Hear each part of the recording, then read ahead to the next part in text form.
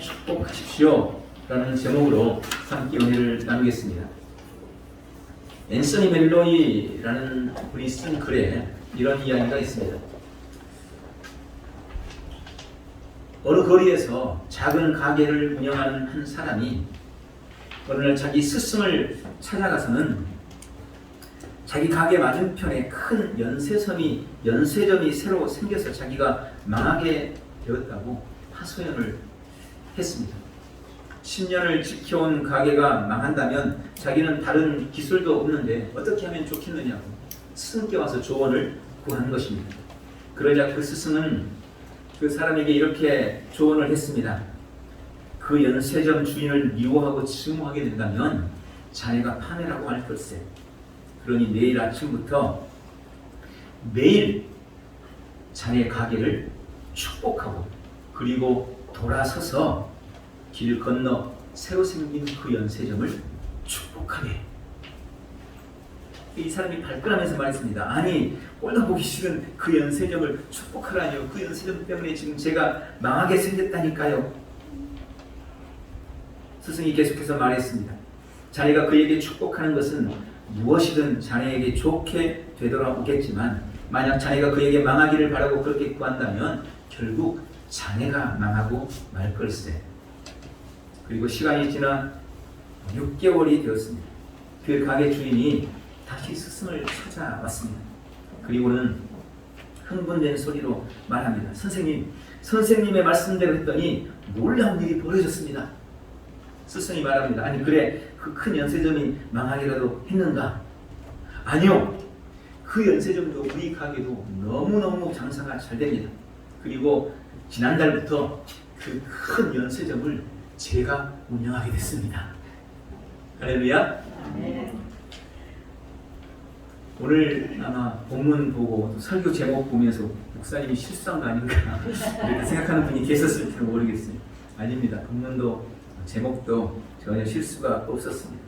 지난주에는 우리가 본문의 말씀으로 축복에 담긴 하나님의 약속과 우리가 왜 축복의 삶을 살아야 하는지에 대해서 축복하십시오 라는 제목으로 은혜를 나눴고, 오늘은 그럼 우리가 우리의 삶의 자리에서 실제로 어떻게 축복해야 하는지, 하나님께서 아론에게 이스라엘 백성을 축복하라고 하신 구체적인 축복의 내용이 무엇인지, 이렇게 축복하십시오 라는 제목으로 함께 은혜를 나눕니다. 하나님은 이스라엘 백성을 통해 영광을 받으시고 이스라엘을 세계 역사의 중심으로 세우시기를 원하셨습니다.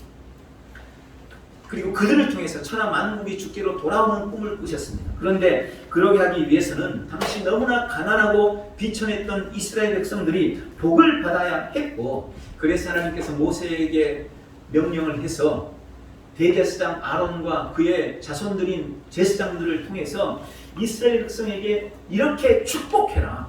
그러면 내가 그들에게 복을 주리라 하는 약속을 하셨습니다.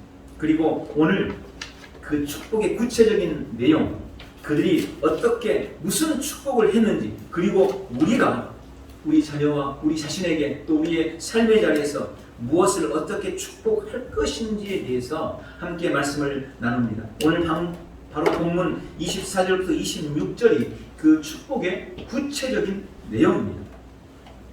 여호와는 내게 복을 주시고 너를 지키시기를 원하며, 여호와는 그의 얼굴을 내게 비추사 은혜 베푸시기를 원하며, 여호와는 그 얼굴을 내게로 향하여 드사 평강 주시기를 원하노라. 여러분, 이 짧은 세 구절이 이스라엘을 역사의 중심으로 바꾼 놀라운 기적을 일으킨 것입니다. 그리고 오늘 우리에게도 그런 기적의 역사가 이 세 짧은 구절이 가져다 줄 믿습니다. 여기 본문 24절, 25절, 26절에 반복적으로 기록된 말씀이 있습니다. 여호와는 내게 복을 주시고, 25절도 여호와는 그의 얼굴을 내게 비추시고, 26절도 여호와는 그 얼굴을 내게로 향하여 드사. 이 부분에 대해서 종교개혁자 마틴 루터는 이 복은 성부 하나님, 성자 예수님, 성령 하나님이 각각 주시는 복이라고 해석하기도 했습니다. 삼위 하나님이 우리 인생에게 주시는 가장 완벽한 복의 형태가 바로 오늘 이 말씀이라고 이야기한 겁니다. 다윗은 시편 16편 2절에 복 주시는 하나님을 이렇게 표현합니다. 주는 나의 하나님이시오니 주밖에는 나의 복이 없다 하였나이다. 여러분, 하나님 외에는 복 주시는 분이 없다는 것입니다. 신약의 야고보서 1장 17절에 그렇게 말씀합니다. 온갖 좋은 은사와 온전한 선물이 다 위로부터 빛들의 아버지께로부터 내려오나니. 여러분, 복을 주시는 분, 복의 근원은 오직 하나님이시는 것을 믿으시기 바랍니다. 또 오늘 본문에 반복해서 강조하고 있는 것 중 하나가 바로 하나님의 얼굴이라는 표현입니다. 여호와는 그의 얼굴을 내게 비추사 여호와는 그 얼굴을 내게로 향하여 드사. 하나님의 얼굴, 성경에 보통 하나님의 얼굴은 이중적으로 쓰이고 있습니다. 먼저 죄인에게 있어서 하나님의 얼굴은 공포와 두려움의 표현입니다. 죄인들을 심판하시는 진노의 표현으로 하나님의 얼굴이라는 단어가 쓰였습니다. 죄인인 인생은 거룩하신 하나님의 얼굴을 보면 바로 죽었어요. 그래서 하나님을 본 사람마다 두려움에 떨었던 것을 우리는 성경을 통해 발견하게 됩니다. 또 한 가지, 의인들에게, 하나님의 자녀들에게는 하나님의 얼굴은 은혜와 자비의 표현이요 복 주신 분이심을 의미하고 있습니다.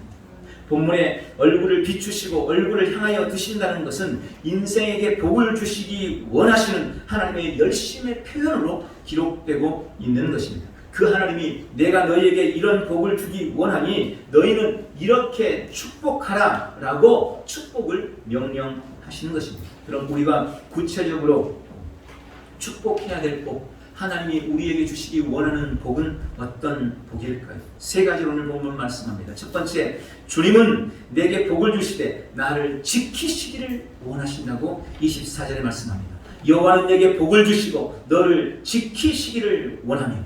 여러분, 주님은 우리를 지켜주시는 하나님이십니다. 주님은 우리를 보호하시는 분이십니다.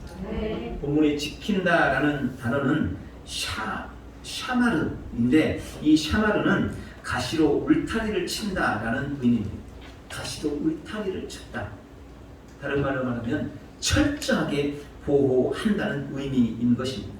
성경의 다윗은 많은 사람들보다 수많은 위험을 헤쳐나간 대표적인 인물 중 한 사람입니다. 그가 시편 34편 7절을 통해 여호와의 천사가 주를 경외하는 자를 둘러 진치고 그들을 건지시는도다 라고 고백합니다. 그는 자신의 경험을 통해서 하나님이 천사를 동원해서 경호해 주신다고, 그의 사람들, 하나님의 사람들을 보호해 주신다고 말씀하고 간증하고 있는 것입니다.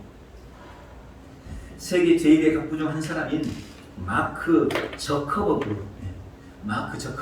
이 사람은 페이스북의 CEO입니다. 페이스북.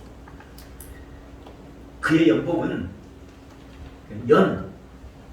전체 받는 금액, 회사에서 받는 금액은 1달러입니다. 우리 돈으로 2,000원. 이게 잘못 들은 게 아니에요. 세계적인 CEO가 저커버그가 연봉 1달러를 받는 거예요. 2,000원 받는 2,000원. 왜냐하면 그가 워낙 회사에 지분을 많이 갖고 있고 그 자산이 너무나 크기 때문에 굳이 그 연봉을 안 받아도 된다 하고 아예 안 받는 거예요. 그런데 책정 자체를 안 하면 안 되니까 1달러만 받는 겁니다. 실제로 미국의 재벌들 중에는 1달러만 받는 사람들이 많이 있다 그래요. 그리고 이제 그거 가지고 나머지는 자선 사업 같은 걸 하는 거죠. 그래서 1달러 클럽이 다 있다고 합니다. 연봉 1달러를 받는 이 마크 저커버그에게 2018년도부터 지금까지 가장 많이 쓰이는 비용이 있다고 합니다. 회사에서 그에게 엄청난 돈을 지급하는 게 있는데 그게 뭐냐면 바로 경호 비용입니다. 마크 저커버그라는 이 CEO 한 사람을 지키기 위해서 2020년 한 해 동안 페이스북 회사에서 지출한 총 금액은 무려 2,340만 달러.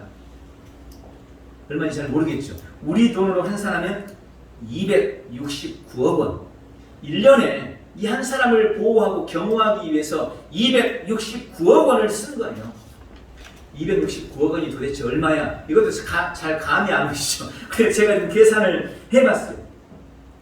이걸 한 달로 계산해서 12달로 나누니까 매달 22억 4천. 매달 한 달에 그 사람 경호하는 데만 22억 4천만 원 쓰이는 거예요. 이것도 제가 1로 나눠봤어요. 30으로 나눠봤더니 하루에 그를 지키기 위해서 드는 비용이 7,472만 2,220원 이렇게 나오더라고요. 도대체 얼마나 최첨단 시스템과 많은 사람이 동원되어 그를 지키기에 그렇게 많은 비용이 그 한 사람을 지키는 데 사용될까요? 시편 121편 3절부터 8절에 하나님이 우리를 어떻게 지키시는지 말씀하고 있습니다. 여호와는 너를 실족하지 아니하게 하시며 너를 지키시는 이가 졸지 아니하시리로다. 이스라엘을 지키시는 이는 졸지도 아니하시고 주무시지도 아니하시리로다. 여호와는 너를 지키시는 이시라. 여호와께서 내 오른쪽에서 네 그늘이 되시나니 낮의 해가 너를 상하게 하지 아니하며 밤의 달도 너를 해치지 아니하리로다. 여호와께서 너를 지켜 모든 환난을 면하게 하시며 또 내 영혼을 지키시리로다. 여호와께서 너의 출입을 지금부터 영원까지 지키시리로다. 아멘. 아멘. 여러분, 경호업체 사람 써서 한 사람 지키는 비용이 하루에 7,472만 2,200원이라면 천군 천사를 동원해서 밤낮으로 그리고 영원히 우리를 보호하시는 그 비용은 도대체 얼마나 될까요? 여러분, 우리는요 막 그죠? 저커버그 그 사람보다 훨씬 비싼 사람이에요. 주님께서 그를 지키는 것보다 더 완벽하게 졸지도 않고 주무시지도 않으시며 수많은 천군 천사를 동원해서 우리를 지키신다고 약속하고 있는 것입니다. 예수님께서도 요한복음 10장 28절에서 말씀합니다. 내가 그들에게 생명을 주노니 영원히 멸망하지 아니할 것이요 또 그들을 내 손에서 빼앗을 자가 없느니라. 그들을 주신 내 아버지는 만물보다 크심에 아무도 아버지의 손에서 빼앗을 수 없느니라. 누가 우리를 예수님의 손에서 하나님 아버지의 손에서 빼앗겠습니까? 주님의 손이 보호하고 있는 우리를 누가 해칠 수 있겠냐는 겁니다. 이런 주님의 지켜주시고 보호하시는 은혜, 이것이 지금 우리가 받고 있는 복이고 우리가 우리 자신과 우리 자녀와 우리 가정과 우리 교회와 우리 성도와 우리의 삶의 자리에 끊임없이 빌어야 할 축복이라고 말씀하고 있는 것입니다. 사랑하는 성도 여러분, 하나님 여러분을 지켜주시기를 축원합니다.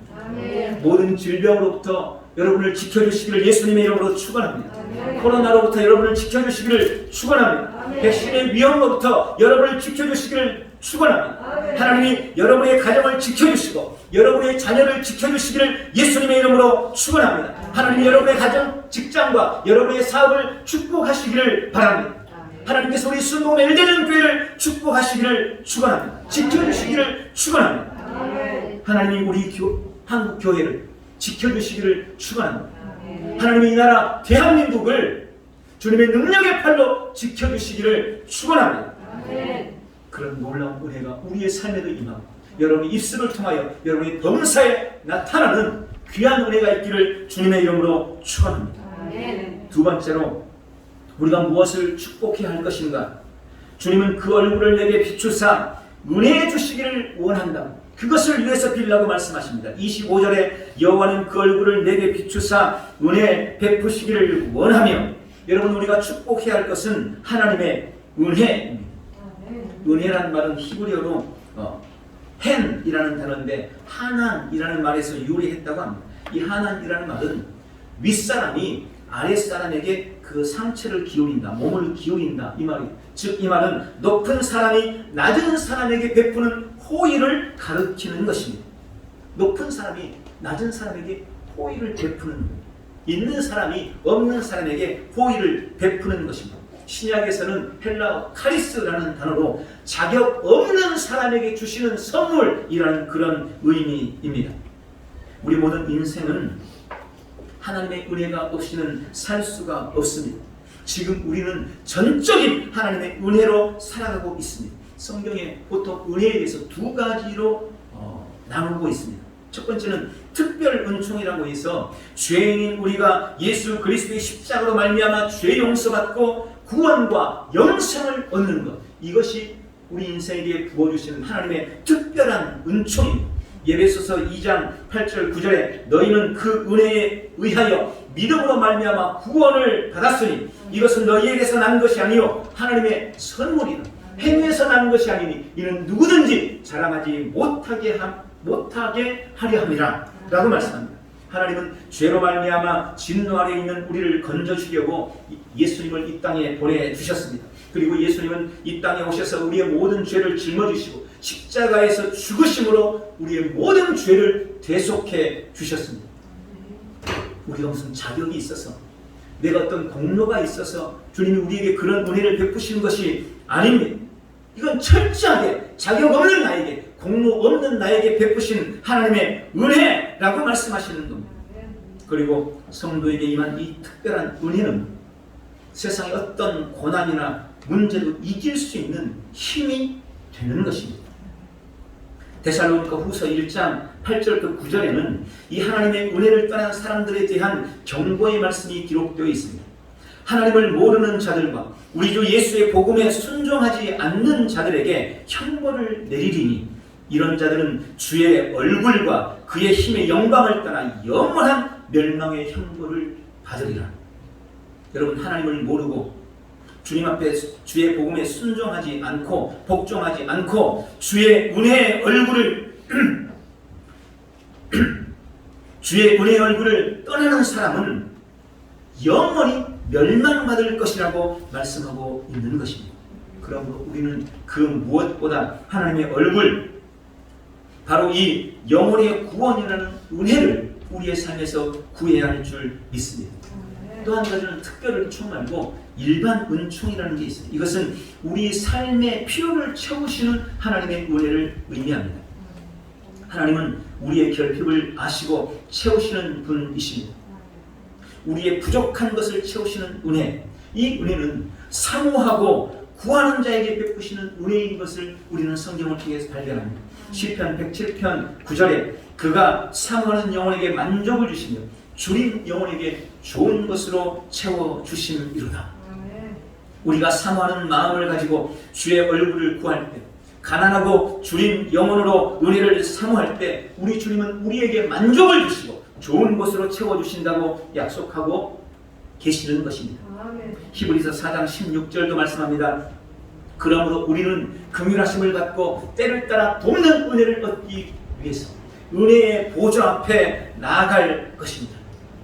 우리가 은혜의 보좌 앞에 담대히 나아갈 때 하나님의 이 채우시는 은혜, 우리의 결핍을 풍성케 변화시키시는 놀라운 은혜를 누리게 되는 것입니다. 찬송가 작사자로 가장 유명한 분 중에 한 분은 파니 크로스비라는 여인일 것입니다. 그녀는 생후 6주 만에 집에서 일하는 어떤 사람의 실수로 실명을 하고 말았습니다. 그러나 그녀는 예수님의 은혜를 체험하고 95세까지 장수하면서 무려 9,000편에 달하는 찬송시를 적었어요. 9,000편. 우리 성경에도 엄청나게, 우리 찬송에도 엄청나게 많이 있습니다. 그녀는 평소에 그렇게 고백했다고 합니다. 나는 눈이 먼 것에 대해서 감사하고 있습니다. 언젠가 내 눈이 실명하게 된 사람을 만난다면 나는 그에게 감사하다고 말할 것입니다.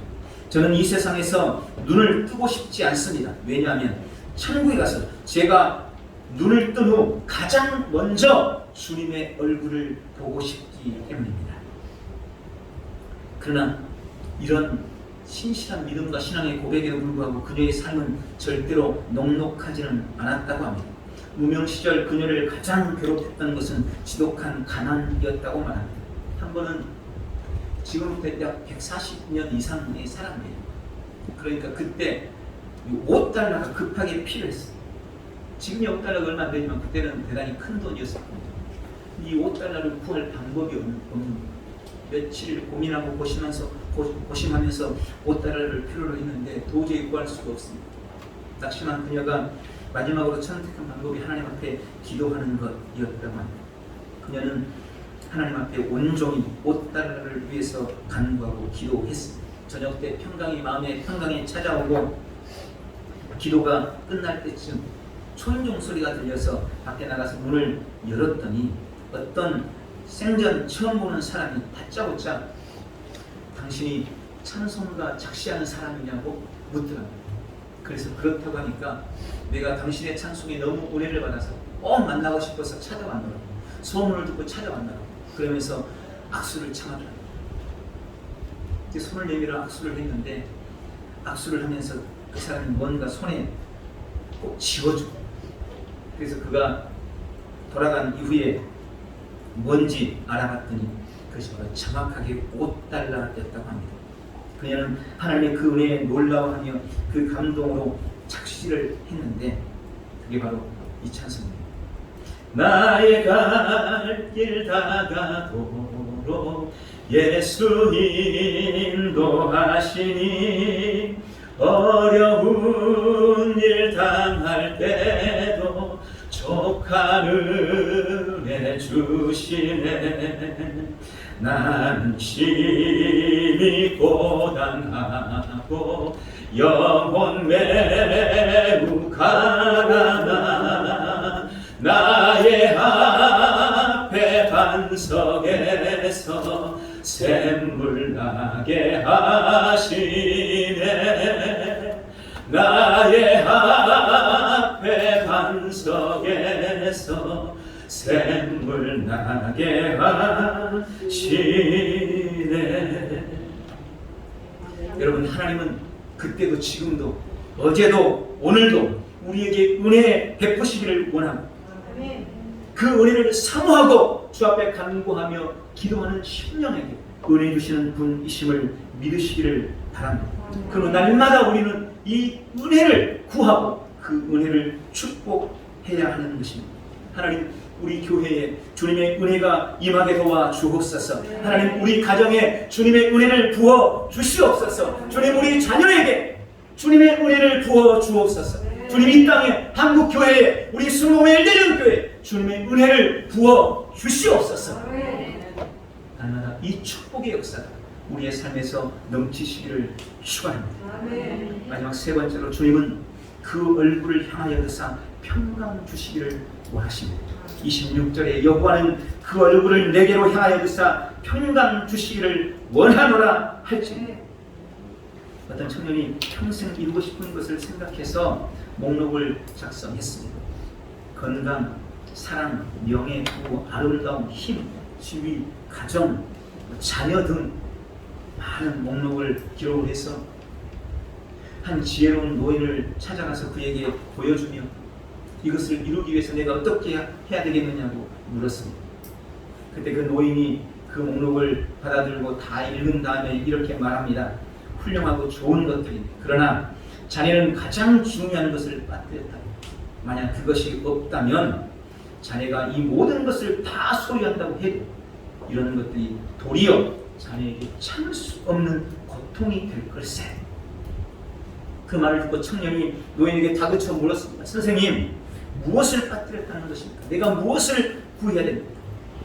그 노인이 연필로 청년이 기록한 것들을 다 그어버리고 그 밑에 이렇게 적었습니다. 마음의 평안. 여러분, 평안이 없으면 아무리 많은 것을 가지고 있어도 행복하지가 않는 것입니다. 평강을 잃은 마음은 무엇으로도 행복할 수가 없는 부분. 그러나 가난해도 비록 병이 들어있다 해도 환난 중에 있다고 할지라도 마음의 평강을 누릴 수가 있다면 그 사람은 그 속에서도 행복한 사람이 되는 것입니다.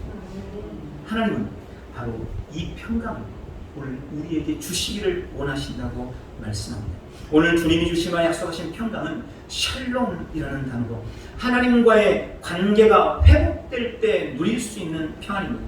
참 평안은 오직 하나님과의 바른 관계에서만 누릴 수 있음을 기억하시기 바랍니다. 요한복음 14장 27절에 주님은 이 평안에 대해서 이렇게 말씀하십니다. 평안을 너희에게 끼치노니 곧 나의 평안을 너희에게 주노라. 내가 너희에게 주는 것은 세상이 주는 것과 같이 아니하니라. 너희는 마음에 근심하지도 말고 두려워하지도 말라. 여러분, 주님이 주시는 이 평안은 세상의 평안과 다르다고 말씀합니다. 세상이 주는 평안은 일시적이고 육신적인 것입니다. 잠시의 안락함이나 편리함으로 얻는 평안입니다. 그런데 하나님이 주시는 평안은 영원하고 신령합니다. 환경과 조건을 초월합니다. 심지어는 환난이 와도 위기에 처했을 때도 누릴 수 있는 평안이며 그 누구도 그 무엇도 빼앗을 수 없는 평안이라고 말씀하고 있습니다. 왜냐하면 그 평안은 세상으로부터 비롯된 것이 아니기 때문입니다. 그 평안은 메이드 인 킹덤, 하늘로부터 천국으로부터 온 것이기 때문에 천국으로부터 온 평안이기 때문에 그렇습니다.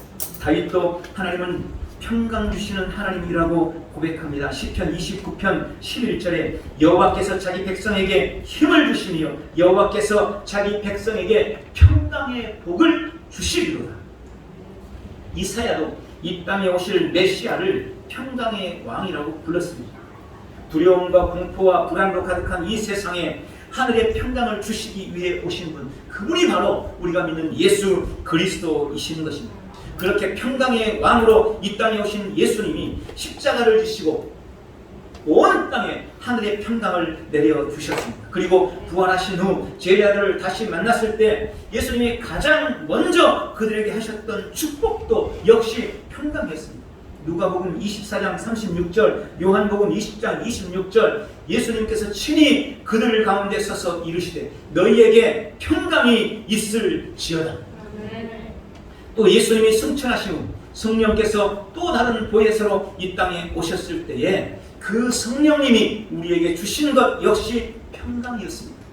로마서 4장 17절, 하나님의 나라는 먹는 것과 마시는 것이 아니요 오직 성령 안에 있는 의와 평강과 희락이라. 여러분, 오늘 여호와는 그 얼굴을 내게로 향하여 드사 평강 주시기를 원하노라 할지니라. 우리에게 주신 축복의 권한으로 우리가 우리의 삶에, 우리 자녀에게, 우리 후손에게, 우리 이웃에게, 성도에게 축복해야 될 것, 그것이 바로 평강이라고 말씀하고 계시는 것입니다. 우리 온 성도의 삶에 평강은 임할지어다. 여러분, 일생에 평강이 임하기를 바랍니다. 우리 자녀들의 삶에 평강은 임할지어다. 우리 순복음 엘리전교회 주님의 평강은 임할지어다. 이 나라 이 땅에 평강은 임할지어다. 나라 평강을 구하고 평강으로 축복하는 복되는 성도들이 되시기를 축원합니다. 말씀을 냈습니다. 본문 27절에 그들은 이같이 내 이름으로 이스라엘 자손에게 축복할지니 내가 그들에게 복을 주리라. 그들은 이같이 어떻게 해요? 여호와는 내게 너를 지키시기를 원한다. 어떻게 해요? 여호와는 너에게 은혜 주시기를 원한다. 어떻게 해요? 여호와는 너에게 평강 주시기를 원하신다. 지켜주시고 은혜 주시고 평강 주시는 그분, 그분의 은혜, 그 평강, 그 지켜주심과 보호하심을 가지고 축복하라고, 그것을 구하라고 말씀하고 있는 것입니다. 왕같은 제사장으로 부름받은 우리에게 주님이 축복의 권한을 주셨음을 믿고 우리 자손과 우리 자신과 우리 자녀와 가정과 교회와 사업과 직장과 모든 사람과 이 나라에 부지런히 바로 이 복을 구하시기 바랍니다. 주님의 보호하심을 구하고 주의 은혜 주시기를 구하고 평강 주시기를 구하고 축복해서 일평생 그 복을 누려나가는 복되고 귀한 성도들 다 되시기를 예수님의 이름으로 축원합니다. 기도하겠습니다. 전능하신 하나님 아버지, 오늘 우리에게 구하라고 축복하라고 말씀하신 이 주님의 보호하심의 축복, 이 주님의 은혜 주심의 축복, 이 놀라운 평강 우리의 일생에 누리게 도와 주옵시고 우리가 우리 자신과 우리 자녀와 우리 교회와 우리 성도와 우리의 전 삶에 날마다 축복함으로 복을 누리는 복된 성도들 다 되도록 역사해 주시옵소서. 예수님의 이름으로 기도하옵나이다. 아멘. 우리 다 같이 일어나시